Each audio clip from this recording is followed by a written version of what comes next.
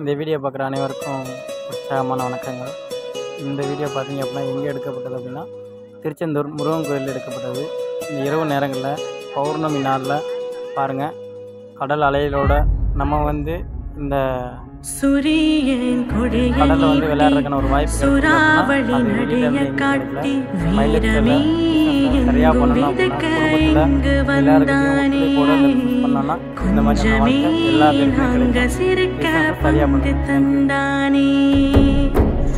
ಆಗಾಸ ಮುಗಿಲ ಕೂಟಿ ಬುನೋಗು ಮುಳುಸು ಓಟಿ ನಿನ್ನಲಾ ಇನ್ನಲ್ ತನಿಕ ದಯவு செஞ்சாய்